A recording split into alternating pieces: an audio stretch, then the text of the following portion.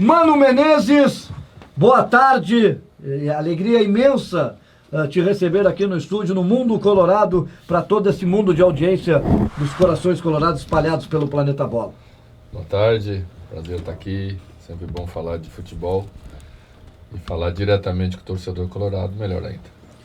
Começar por esse detalhe, eu sei que o torcedor colorado quer saber do sorteio da Libertadores, mas vamos fazer um mistério, vamos falar de amenidades um pouquinho. É muito legal essa iniciativa da federação em levar profissionais para falar sobre assuntos mais profundos do futebol, porque às vezes no dia a dia as conversas ficam muito na superfície. Verdade. Para ser educado. Verdade. É um projeto interessante. Eu recebi o convite do professor Ademir Canovi, de quem sou muito amigo, desde a época que trabalhamos junto na base do Internacional. E sempre que tenho oportunidade de fazê-lo, faço com a intenção de compartilhar o conhecimento que ao longo dessa caminhada adquirimos, compartilhar com os mais novos, porque aprendemos com os mais velhos e aprendemos muito na caminhada. Então, realmente é algo importante. Falamos da transição dos jogadores de base, falamos um pouco, quando abrimos para perguntas,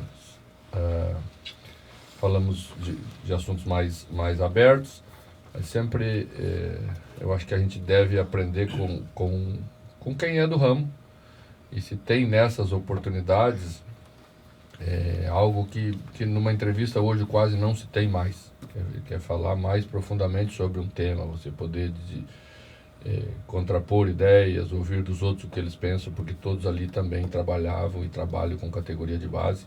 Acho que é importante a gente trocar essa informação, atualizar às vezes até o que a gente pensa sobre algumas coisas, porque muita coisa mudou da época que trabalhamos na base. Já acompanhamos isso no dia a dia do próprio clube, quando temos um diretor de transição, que é o Julinho Camargo, que nos aproxima muito da categoria de base. Então foi muito legal. Pedro Pacheco conosco, também o Neidmar da Rocha, nessa transmissão do Mundo Colorado, ao vivo para você, torcedor, sócio e sócia do Internacional. Mano Menezes, então vamos direto ao ponto. O River Plate é um grande adversário, é um grande jogo, segundo jogo no Beira-Rio, é um momento que todo profissional, que todo clube quer estar, nos momentos grandes do futebol. E esse é o lugar do Internacional, enfrentar clubes da sua envergadura, da sua hierarquia, os grandes clubes da América do Sul, porque agora só tem time bom, time grande nesse funil da Libertadores. Penso de forma semelhante, porque quando se classifica para se jogar uma Libertadores, você já está num grupo seleto da América do Sul. E depois que se passa da fase de grupos, esse grupo fica mais seleto ainda. E agora não tem escolha, não tem para ninguém. Eu acho que a gente tinha que esperar o sorteio, ver quem nos cabia, cobre o River, e vamos fazer uma oitava de final com a grandeza que tem os dois clubes, multicampeão da América. E hoje, Mano Menezes não vai ver a novela, já. Não sei se estás acompanhando a novela das 8h30, já vai assistir, já deve estar assistindo, né? Tem todo o material, toda a equipe de trabalho, mas hoje tem no Campeonato Argentino o River Plate contra o Colón. O River quer liquidar logo o Campeonato Argentino para focar só no Inter. Eles têm um calendário diferente do nosso, né? E está aí se aproximando o término desse momento. Eu já tenho assistido vários jogos do River, porque gosto de ver o River jogar, gosto de grandes jogos, e existe um canal brasileiro que passa o campeonato argentino, então vamos acompanhar agora com outros olhos, certamente, pensando mais em detalhes, juntamente com a nossa equipe de análise, para esmiuçar esse grande adversário que teremos pela frente. Para nossa felicidade, quem gosta do futebol sul-americano, o futebol argentino está muito televisado para o Brasil já há 2, 3 anos, mas especialmente nos últimos 2 anos. Pedro Pacheco, Mano Menezes conosco, Pedro Pacheco. Professor, prazer falar contigo. Obrigado. E falando exatamente nessa questão, fala-se que acompanha o River, né? Acho que a grande novidade, quando se fala no River Plate em 2023, é que depois de 8 anos não é mais Marcelo Gajardo e sim Martim Demichelis. Até a primeira experiência profissional do Demichelis, antes estava na base do Bayern, foi uma novidade que no Campeonato Argentino avançou na Libertadores também, teve um bom desempenho no Campeonato Argentino, conseguindo já encaminhar um título que com o Gajardo só veio uma vez. Tem jogadores daquela espinha do Gajardo que seguem, Enzo Pérez, a gente vai falar do Armani, do Casco. Tem também alguns nomes que estão jogando melhor, parece, no Demichelis, tiveram um melhor encaixe, como o Barco, que é um jogador sempre comentado pela trajetória do Independente, o Aliendo, que chegou na temporada passada, o volante, o Beltrán, que assumiu a titularidade. Então, é um time que parece que soube manter alguns nomes daquela espinha multicampeã e encaixar com nomes novos que estão conseguindo ter um desempenho interessante. Como é que tu analisa exatamente esse momento do River, que depois de 8 anos tem uma nova comissão técnica e alguns novos jogadores assumindo o protagonismo diante da torcida? Bom, o River é daqueles clubes que tem uma ideia de futebol mais enraizada já há bastante tempo. E é bem provável que na busca do novo técnico se levou muito isso em consideração. A característica do grupo que aí estava, os remanescentes que iam ficar, para seguir uma ideia, mesmo sendo com outro profissional, dando a sua marca, e sempre assim quando um treinador assume. Realmente, Barco voltou a render mais próximo daquele Barco do Independente. Isso tem muito a ver também de estar numa liga com um nível mais baixo e depois você voltar, então demora um tempo para se retomar. Isso acontece com todo mundo, aconteceu com ele também, né? Levar o Borja, né? Com uma ideia talvez de Borja ser o titular, mas Beltrán surpreendeu aí, e mesmo não sendo um centroavante, tem conseguido dar à equipe um equilíbrio maior, uma variação maior de construção de jogada ofensiva. Temos De La Cruz, que não citasse, mas é um dos remanescentes que... Aliás, são vários remanescentes, né? E essa é outra característica do River, de ter um plantel mais longevo. Tem um plano bem claro com esses jogadores, né? Ninguém sai do River à revelia, né? Vocês já notaram, né? Existe uma coisa bem encaminhada, um projeto bem conduzido, uma filosofia de futebol, que mesmo quando os jogadores saem, o River tem ganhos financeiros com esses jogadores que saem, e eles se sentem comprometidos com o clube também para dar esse retorno. E foi visível agora nessa atitude do De La Cruz, porque o De La Cruz esteve muito próximo de ir ao Flamengo, e o River exigiu o cumprimento do que estava escrito absolutamente, e o jogador entendeu que isso era o correto mesmo, e ficou, né? Mentalidade profissional. Acho isso bonito, acho coisas que a gente precisa prestar atenção para fazer no futebol brasileiro também, né? Criar a identidade com os jogadores, clube, torcida, porque o futebol precisa dessa identidade. O torcedor precisa ver ali, vestindo a camisa do clube dele, alguém que ele se identifica e alguém que ele sente que se compromete pelo seu sentimento, que é a coisa mais sagrada que existe no futebol. Isso, tu me permite, mano? Acho que o Nath Fernandes ter retornado esse ano mostra não isso falando também. Do Nath. Quando ele sai pro Atlético, é uma saída bem trabalhada, bem conduzida, que não machuca em nada a imagem de ídolo, e agora ele retorna para ser protagonista de novo. A tal ponto de poder retornar, né? E o torcedor aceitar isso bem, né? E o próprio retorno de Nacho e a maneira como se encaixa no River mostra a diferença que temos nós na maneira de jogar para eles, né? O Nacho teve dificuldades de jogar num time como o Atlético, porque o futebol brasileiro tem umas características próprias, mas volta lá e se encaixa de novo e rende bem como tem rendido nos últimos jogos. Em nenhum momento ele conseguiu ser no Brasil o Nacho do River. É incrível isso. Eles têm duas coisas diferentes da gente, né? A maneira da preparação física, propriamente dito, porque eles têm 20 jogos a menos por temporada. E isso permite um outro tipo de condicionamento. E eles sofrem bastante quando vêm para o Brasil para jogar 70 e poucos jogos por ano. Quarta e domingo. Quarta e domingo, que ninguém aguenta. A gente fala muito isso, e às vezes as pessoas pensam que é desculpa e não é, né? O jogador não consegue mesmo entregar aquilo que ele tem de melhor. Eu, quando estive no Cruzeiro, fui enfrentar o Boca numas quartas de final. E o treinador do Boca era o Guilherme Schelotto. E fomos fazer um cálculo porque nós dois tínhamos chegado juntos, ele no Boca e eu no Cruzeiro. E ele, em 2 anos e meio, tinha 60 jogos a menos do que eu jogava. Nossa, isso E aí fui fazer uma conta rápida, quantos treinamentos ele pôde fazer, considerando 3 treinos por jogo. 180 treinamentos a mais. Imagina a qualidade do que você pode oferecer melhor em termos de futebol jogado, se em 2 anos e meio você tiver 180 sessões de treinamento a mais. Mas essa é uma estatística interessante para ser debatida, observada, pensada, refletida por muitos ainda. 60 jogos a mais em 2 anos e meio. Muita coisa. Impressionante. É muita coisa. E um país menor também para as viagens, né? Quando muito centrado em Buenos Aires, óbvio que tem alguns times mais de fora jogando. A maioria da volta. Deslocamento, mas a maioria é em Buenos Aires e na grande Buenos Aires. Metrópole. Mano Menezes, o Internacional está a 10 jogos, né? Sem perder, são 7 vitórias, 3 empates. E... Amém.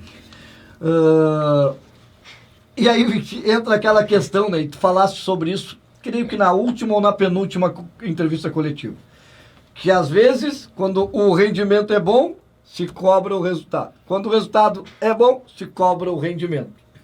Independente disso, de resultado e rendimento, para mim particularmente, Hernani Campelo, pessoa física, Colorado, o mais importante é o resultado. Claro. Para mim é o resultado.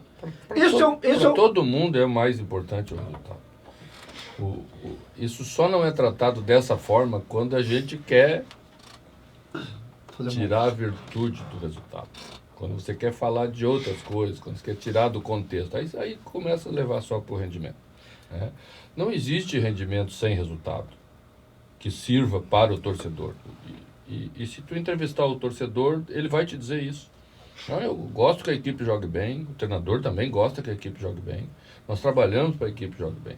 Mas enquanto ela não joga tão bem, ganhar é fundamental para que a gente consiga pensar em começar a evoluir e jogar bem.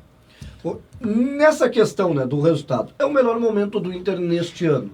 O Inter chega bem, né, nessa fase do ano de novo, se recuperou, chega bem, está amadurecido na temporada, é o melhor momento. E o Internacional vai agregando jogadores. Sobre isso, os primeiros minutos do Charles Arangues, a mim chamaram muito a atenção e até surpreenderam positivamente pela qualidade, pela desenvoltura. Bateu falta, bateu bem, teve a chance de fazer um gol, mostrou movimentação, se soltou no gramado. A tua observação sobre esses primeiros minutos e este Charles Arangues de hoje? Eu não quero saber do Charles Arangues de 2014, porque às vezes as pessoas ficam pensando que o jogador é uma máquina e hoje ele é o mesmo de 9 anos. E que o tempo não passa. Não sabemos que o tempo passa. O tempo não para, como diz a música. É verdade. Né? Não, Arangues é um jogador com essa idade a mais, né? Você perde algumas coisas e você ganha outras coisas. O que se ganha com o tempo passando, você ganha mais experiência, você ganha mais conhecimento. Ele teve na Europa e sempre jogou como titular com todos os treinadores no seu clube. Isso é de uma valia extraordinária, certamente, em termos de conhecimento tático, em termos de desenvolvimento do jogador como um todo. Então volta esse jogador com essa experiência. É bem provável que com um pouco menos de força física, porque não tem como, né? Mas a gente tem que saber fazer os encaixes para tirar o melhor de cada jogador que a gente tem no elenco. Como qualidade técnica, ele é muito diferenciado, muito acima da média, e vai dar à equipe essa contribuição. E agora vamos trabalhar para continuar evoluindo um pouquinho mais, que os primeiros momentos a gente já esperava uma certa dificuldade para a questão, primeiro clínica, que era uma parada longa, depois o condicionamento sem ter percalços, porque não adianta nada também, se você não tiver continuidade não vai. Então é isso que queremos nesse momento, aos poucos, ir dando esse condicionamento de um modo geral, né? Não é só físico. Quando a gente fala em condicionamento, o atleta não é separado em partes, né? E o atleta total, para nós, é muito interessante. Eu acho que é um grande acréscimo que a gente pode ter para essa segunda parte do ano. E além disso, da experiência, da qualidade, tem a questão das mais de uma função que ele pode fazer no time, né? E emendo uma outra questão, já que tu falasse em volta. Impressionante a volta do Maurício, a forma como o Maurício voltou, que é a juventude, né? Essa é a diferença, né? Os jovens se recuperam melhor, mais rápido. E a questão do Maurício também foi uma questão muito particular, né? Ele não precisou parar de trabalhar nunca, porque só a primeira semana por causa de algum impacto na corrida, no seu ombro, mas o resto, na parte que se seguiu, ele sempre pôde fazer todo o trabalho de condicionamento. Então Isso também explica. E isso ajuda muito, claro. Então, o que a gente fez nos últimos momentos da preparação dele é ele perder um pouco do receio de cair, aquelas coisas todas, porque a lesão sempre é uma lesão que traz esse cuidado que a gente tem que ter. O atleta fica um pouquinho receoso, foi perdendo muito rápido isso e voltou muito bem no jogo mais importante que a gente precisava e precisou dele, e ele deu retorno. Pedro Pacheco? Acho que, voltando a falar da questão do chaveamento, mas pegando esse gancho dos retornos, né? Um jogo de gigantes, como Inter e River, é um jogo que detalhe é fundamental e é ainda mais decisivo. O Inter tem esses reforços caseiros, teve, óbvio, a contratação do Ener, ainda que já foi anunciada, mas nomes que já estavam aqui, que estão recuperando condição física, o Charles, o Maurício, o Gabriel já foi inclusive relacionado para jogo, vai fazendo também o seu passo a passo. Então, pensando que a gente ainda tem quase um mês para as oitavas de final e que o Inter não foca só na Libertadores, tem também o Brasileirão com jogos a cada final de semana nesse meio tempo, mas num cenário de mata-mata no futuro, de um jogo que vai ser definido em detalhes, saber que a gente conhece o nosso adversário no momento de estabilidade em campo, de resultados positivos, é algo que alimenta a confiança, né? O lado psicológico, eu imagino, é um que, quando se vê o adversário tem pela frente, olha para dentro e pensa, também temos totais condições de ir para esse confronto, não só pela história, mas pelo que o presente mostra da nossa evolução e das incorporações que têm sido feitas. A gente sempre fala muito do conhecimento do adversário, da capacidade do adversário quando a gente vai para um enfrentamento. Eu acho mais importante o conhecimento que a gente tem sobre a gente. Entender a capacidade que temos, o estágio que estamos, o que podemos entregar. E essa fase que a equipe começa a apresentar números melhores, certamente vai influenciar muito no nosso estado, no nosso estágio, quando nós enfrentarmos as oitavas de final. E aproveitar também bem esses 30 dias que faltam até lá. Temos grandes jogos para serem jogados, que certamente vão nos deixar melhor preparados para tudo isso. Mas só nos finais de semana. Isso também é um handicap positivo para essa preparação. Muito importante, porque aí podemos recuperar e trabalhar, né? Esse é o ideal para todas as equipes. Fala em recuperar nesse teu período de Inter, 1 ano e... Me ajuda a memória. Em abril, então já temos aí 1 ano e 3 meses. A memória recente. 1 ano e 3 meses já. 15 meses. Na Páscoa do ano anterior. Nesses 15 meses, eu não vou citar nomes, mas tu recuperasse vários jogadores que não estavam em boa fase e contigo passaram a estar em boa fase. Vou citar agora 2 exemplos aqui, atuais do momento, que um não tem nada a ver com o outro. Um era uma questão de recuperação, de vinda de um país onde o futebol era totalmente diferente daqui, que é o Luiz Adriano, que está numa crescente absoluta. E a outra é a recuperação do alemão, 2 jogadores que vão ajudar muito na sequência. Sempre, ao longo da minha carreira, sempre trabalhei dessa maneira, né? Primeiro, dar uma estrutura para as equipes as quais eu dirigia, e a partir dessa estrutura ter o crescimento individual dos jogadores. Aqui, com uma equipe bem estruturada, bem organizada, a tendência é que os jogadores cresçam. E ano passado tivemos uma demonstração clara disso, né? Quase que todos os jogadores, com raríssimas exceções, cresceram bastante durante o Campeonato Brasileiro. É o que começa a acontecer agora novamente. Eu vejo a oscilação do alemão como absolutamente normal e natural para um jogador que veio de uma outra realidade e que daqui a pouco era o titular da camisa 9 do Internacional, né? Então, esse ano, até por característica própria,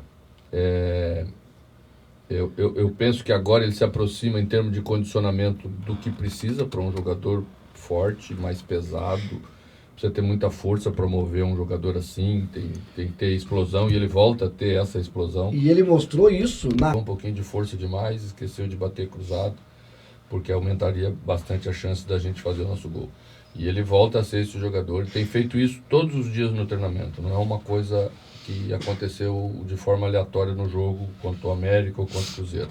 E isso nos dá uma confiança de novo no atleta que pra gente vai ser importante. O Luiz Adriano veio certamente de uma condição muito abaixo, porque o campeonato é assim, a liga é assim, já não é menino também, isso é importante ressaltar. E eu achei até engraçado que quando eu disse que ia acontecer com ele a mesma coisa que tinha acontecido com o Alan Patrick, o pessoal começou meio que me gozar aí nas redes sociais, dizendo que eu estava comparando não estava comparando os dois jogadores, que já tem bastante experiência para saber quem é quem. Mas a realidade dele certamente aponta por ser um jogador que jogou nas ligas grandes e jogou bem e sempre foi artilheiro, a voltar a ser esse jogador importante como ele também está sendo. Pegar um pouco do lado do torcedor aqui, criando aquela corrente de otimismo. Um dos grandes momentos do Luiz Adriano recente pro Palmeiras foi uma semifinal de Libertadores contra o River, que foi no estádio do Independente, no estádio de Libertadores da América, o Monumental estava na sua reforma, ele faz um partidaço no jogo de ida da semifinal. E agora está diante do mesmo River, então só para citar um exemplo de também começar a lembrar de boas efemérides pro nosso lado. O Pedro Pacheco já está querendo escalar o Luiz Adriano. Não. Só pensando em efemérides. Dos grandes jogadores sempre é possível esperar grandes coisas, né? E principalmente dos grandes jogadores que trabalham profissionalmente no nível que o Luiz Adriano trabalha todo dia. Então, a gente acredita muito nele como acredita nos outros.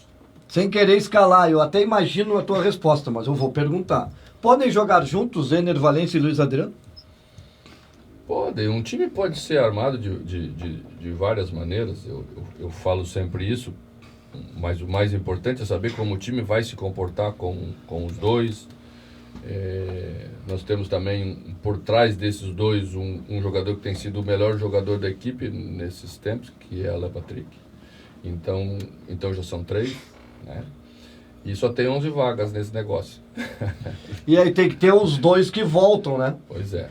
Então, o Maurício faz muito bem, que o Wanderson fez os últimos jogos muito bem. E que Pedro Henrique tem feito também. Sim, então, sim. assim, a gente não pode esquecer que o time tem funções. E as funções precisam ser cumpridas. Futebol sanfona, né? Para que ele funcione bem. E o futebol tem que ser sanfona hoje em dia, mais ainda hoje em dia. Mais do que nunca. É o que o Mano disse, né? De uma estrutura de equipe organizada é o que faz a individualidade se destacar. No Fenerbahçe, o Jorge Jesus armou na reta final com 2 atacantes, mas também armou o time com 3 defensores atrás, que já muda bastante a estrutura da equipe, já era com 2 alas, né? Então, assim, são coisas que você precisa ver. Quando ele armou com 4, armou da maneira como ele armou o Flamengo, armou com 4-1-3-2, né? Então são coisas que você precisa levar em consideração, trabalhar para que funcione bem, aproveitar o mês para ir entrosando maneiras diferentes da equipe se comportar para uma ou para outra situação. Às vezes vai poder jogar os dois juntos, às vezes vai poder jogar só um. O futebol é assim. Até porque a gente bate muito nessa tecla aqui na Rádio Colorado já há bastante tempo. Hoje no futebol não existem 11 titulares. Eu sei que muitas vezes nas coletivas, essas tradicionais, continua sendo perguntado dos 11, mas as pintas não se deram conta ainda. Alô, gurizada, não se deram conta ainda. Futebol hoje tem 16, 17 titulares. Então, cara, vão jogar junto, não vão jogar todas as partidas. É raro, o Alan Patrick está jogando todas as partidas, ficou numa fora, mas isso é absolutamente raro. Então, é isso. E precisa ficar claro que uma equipe, para ter chance de ser campeã, de conquistar títulos, ela precisa ter mais jogadores, ela precisa ter elenco. E para você ter um elenco de qualidade, eles precisam jogar. Senão o jogador não vem aqui para não jogar. Um grande jogador quer vir aqui, quer se sentir útil, ele quer se comprometer, mas ele quer ser utilizado. Porque se ele não jogar, ele não vai render no jogo que ele entrar, porque ele vai estar desembocado. E para isso acontecer, tem que haver a variação da formação que inicia, que termina e que é assim que funciona. Vitória contra o América Mineiro pode ser um exemplo, né? Jean Dias alemão decidindo uma vitória de virada pro Inter. Ao que o Inter vencendo de virada fora de casa no Brasileirão há anos não acontecia. Desde 2014 em Florianópolis, no Scarpelli contra o Figueirense. E dois jogadores e não venceu o América lá também desde 2001, se eu não estiver enganado. É um período longo. Né? Eu não lembro. Tem aqueles adversários que são meio touca, né? Que você demora. Não brasileiro. no Brasileirão 2001, confirma o Gabriel aqui. Então você vai vendo que são coisas que não acontecem, não é porque... E 2 vitórias seguidas fora de casa no Brasileiro também. Se uma é 2014, imagina 2. Então a gente sabe que está retomando, sabe que as coisas vão entrar nos eixos, tem certeza absoluta, sempre acreditou no trabalho. Precisava fazer algumas correções, fizemos. E essa continuidade com a qualidade que o elenco tem, com a maneira como trabalha, comprometido da maneira como a gente quer, vai apresentar resultados positivos na segunda parte do ano, sim. Muito obrigado, Mano Menezes, uma alegria muito grande, importante a gente ter essas conversas com o torcedor colorado, ao vivo, no Mundo Colorado, importante poder detalhar algumas situações que às vezes fogem das falas do dia a dia, e sempre à disposição, sempre a fim de retomar essas conversas para a gente estreitar a comunicação com o mais importante de tudo, que é quem está nos olhando aí de agora. Claro. E ressaltar aqui para finalizar que o sorteio nos colocou com uma grande equipe na frente em termos de Libertadores, mas de agora para frente é 50-50. E vamos ver quem tem mais farinha no saco, como se fala lá no interior. Com o segundo jogo no Beira-Rio. Verdade. E aí, até para encerrar também da minha parte, mano, é exatamente só esse último gancho.